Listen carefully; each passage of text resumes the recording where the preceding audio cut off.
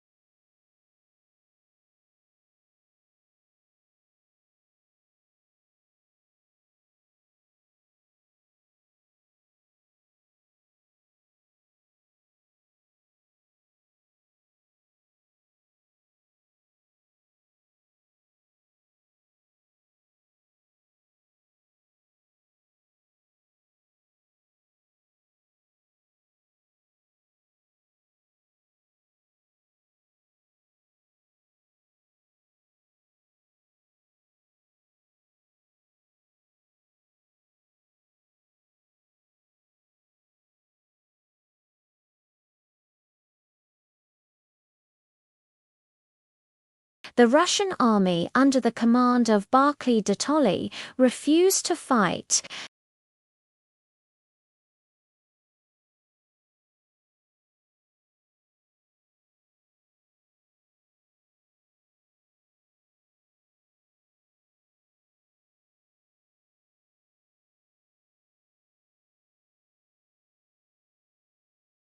This was the scorched earth strategy. They left nothing for the invading army to live on.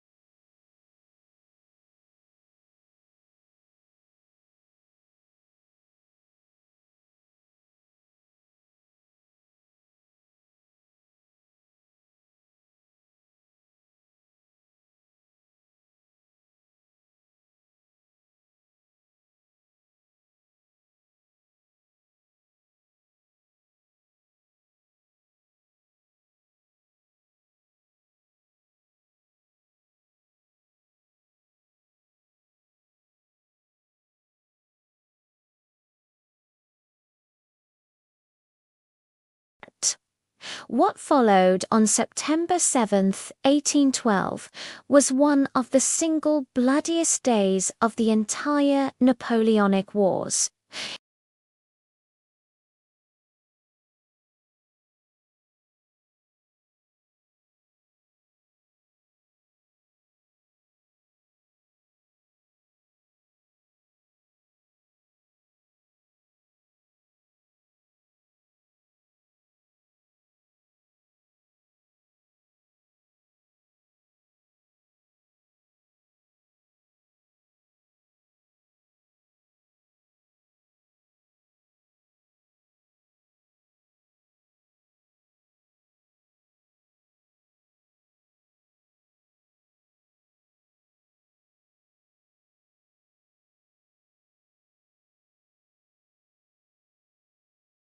He had his victory, but it wasn't the decisive, war-ending triumph he had craved. The Russian army was battered, but it wasn't broken. It lived to fight another day.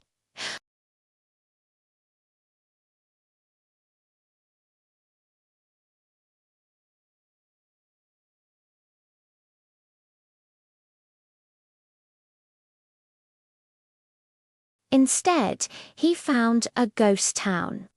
The city was almost entirely deserted, eerily silent.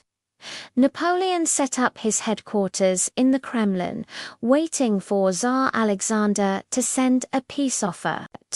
The offer never came. Instead, that very night, fires broke out across the city.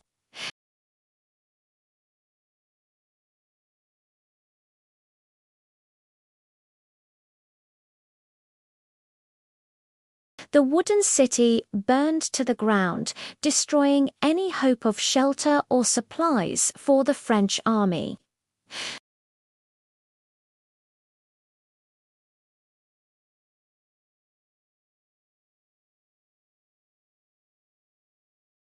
For 5 long weeks, Napoleon lingered in the smouldering remains of Moscow. He waited. He hoped. He simply couldn't accept that the Tsar wouldn't negotiate. This was not how his wars were supposed to go. But as the days turned into weeks, a new, more terrifying enemy began to appear. The first snowflakes fell in mid-October. The Russian winter was coming. His generals begged him to retreat, but Napoleon hesitated, trapped by his own pride. Finally, on October 19th, he gave the order. It was too late. The retreat from Moscow is one of the most horrifying chapters in military history. What was once the grande army became a frozen, starving mob. The infamous General Winter arrived with a vengeance. Temperatures plummeted, blizzards buried the roads, soldiers, still in their summer uniforms, froze to death in their sleep. Their boots fell apart. Frostbite claimed fingers, toes, and noses. Horses, essential for pulling wagons and artillery, died by the thousands, their frozen carcasses lining the road.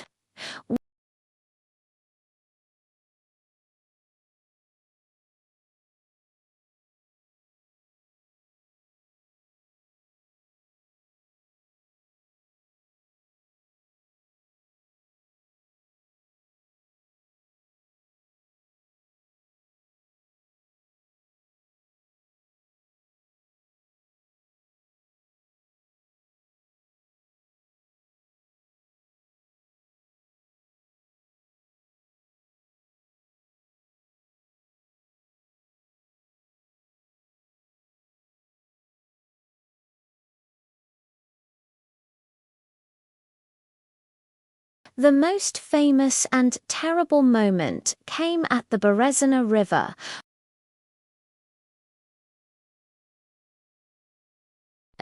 In a desperate race against time. Napoleon's Dutch engineers built two makeshift bridges while under constant cannon fire.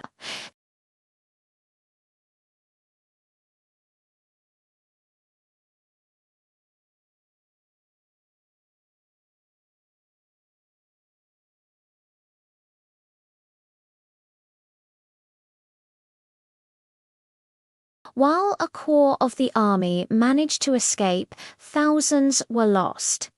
It was the final, devastating blow.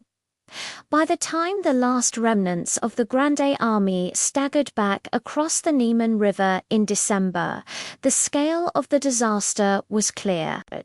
Of the more than 600,000 men who had marched into Russia, fewer than 100,000 survived. The defeat in Russia was the beginning of the end. Nations that had once cowered before Napoleon now saw their chance. Prussia, a reluctant ally, switched sides and joined Russia. Austria soon followed. A new, powerful coalition of nations rose up against him.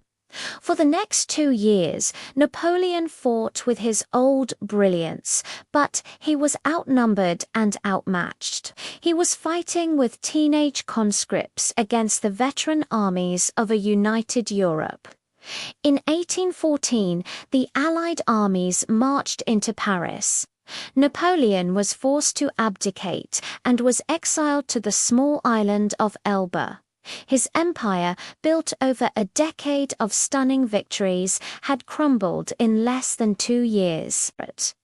His story had one last dramatic chapter: his escape from Elba, and the 100 days that ended in his final defeat at Waterloo. But the mortal wound was inflicted not on the fields of Belgium, but in the frozen plains of Russia. Napoleon's downfall wasn't just a military defeat, it was a failure of imagination. He believed his will alone could conquer anything. He underestimated the vastness of the land, the resilience of its people, and the brutal power of its climate.